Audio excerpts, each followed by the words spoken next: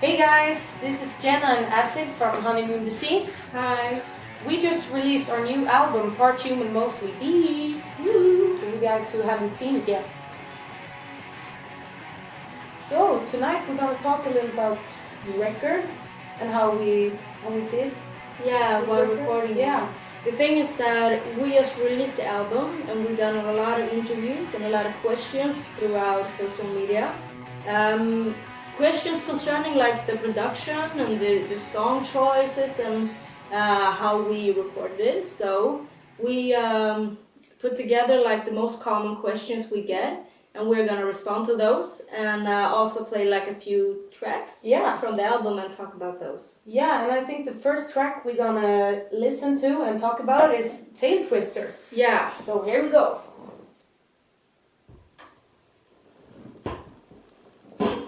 Okay.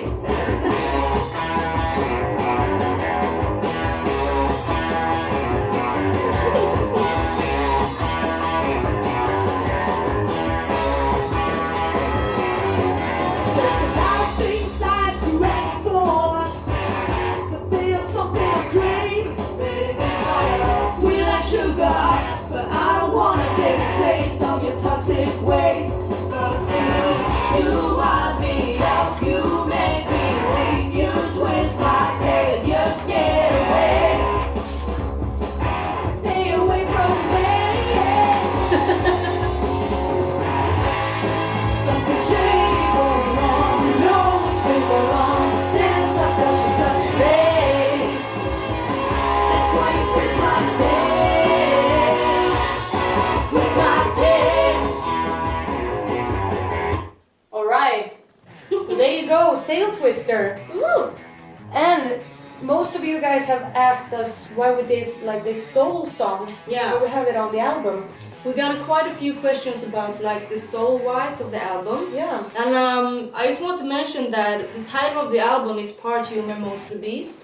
Yeah. And the thing is that when we talked about it, like before the production, we talked about it, and one side of us is really raw. We have like a raw touch to us, and we do have a soul. So on the previous album, we didn't connect really with the soul part. That's totally Honeymoon Disease. Yeah. So on this album, we wanted to release the soul power, and we wanted to really be soulful with the vocals.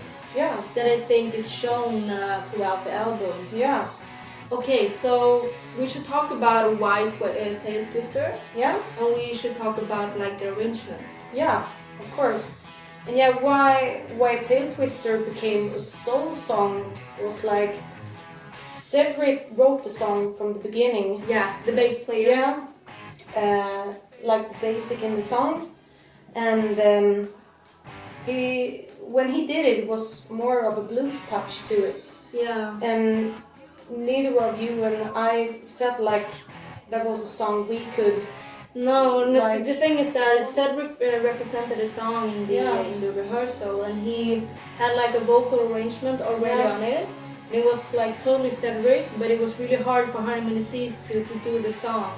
So what we did was we just took out the vocals, Yeah. and I wanted to do like a soul twist to it, like more soulful. And we put together the arrangement with the vocals, and it's like really strong female voices. Yeah. And that's like the story behind Tail Twister. Yeah.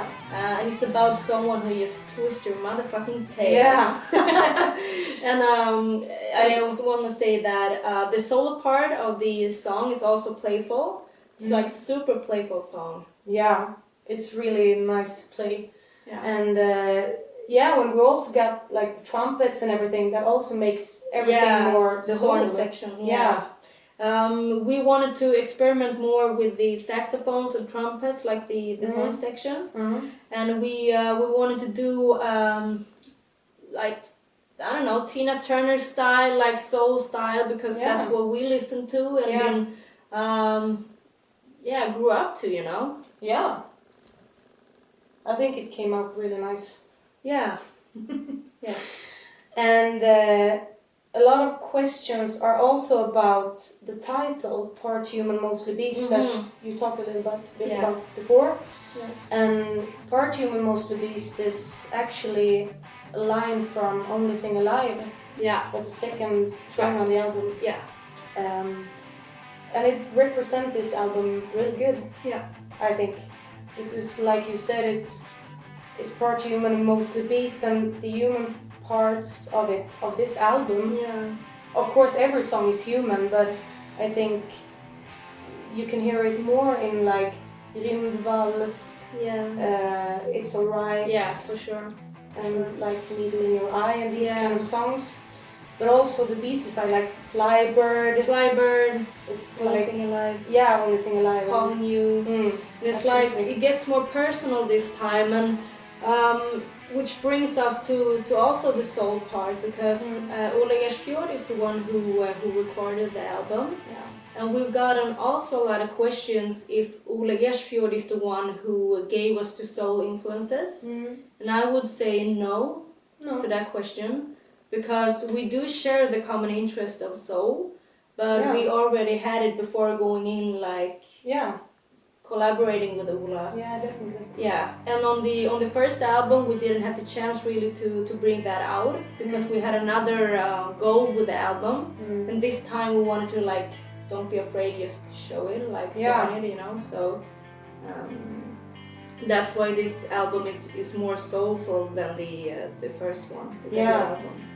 And this album was also recorded live. Yes. And that was also a way to show the beastie side of us. Yeah. Because many of the people who have seen us live has asked about, why don't you do a live album? Like, you're so good live, it really shows what you're heading for live, and that's why we thought a lot about doing the live thing on the album. And we also got a lot of questions about that actually. And the debut album, The Transcendence. We love this album, obviously, but it's more polished than the second album, Cartoon of the Beast. And we wanted to be like more raw, more live, and the mistakes on the album we wanted to be shown. Like, the solos are killer, but it's not perfect because like one take, and we wanted like the vocals as well to be like not as polished, you know. We could have done like 3 more weeks in the studio, but we wanted to do like live. So it's like listening to which rock and roll band ever. Yeah. Like, it's always mistakes on the old albums. Yeah, of course, like Rolling Stones, whatever, you know, that's rock. But it's hard to if you want the live feeling, it's kind of hard to capturing that in the studio moment, because it's like perfect conditions, not the energy you get from the audience, and it's always hard to do it like with a live feeling. Yeah, definitely. So it's All right. So another question that a lot of you guys have had is about us sharing the vocals. Yes. Like, the lead vocals is like 50-50 on this album. Yeah, it's 50% Jennifer and 50% Ashley. And the main reason for that is because on the debut album we wrote the songs and made the arrangements in particular for Jennifer's voice. Yeah. And for this album we wanted to share the mic, and we wanted to bring out like both our strengths. Yeah. And so the songs that I mostly worked on was based on my voice and my vocals and the way it is, and Jennifer's like Only Thing Alive is like a perfect cut for your vocals. Yeah. And if I were to do Only Thing Alive, it wouldn't be in the same song. It's and vice versa. Yeah, of course. So we wanted to like bring out like the strength in our voices, and like do super powerful arrangements concerning that. Yeah. And like some interviewers has caught up on this, and like they can tell that it's shared, but a lot of people haven't noticed it, that it's like shared mics. Yeah, and that's really funny because like on Four Stroke Woman, we were like singing one line. Yeah, exactly. Yeah, so it's like to us it's obvious that it's like two different voices, but maybe it's not to the listener. I don't know. No, I don't Maybe know. the journalists, but it's 50% shared. Yeah,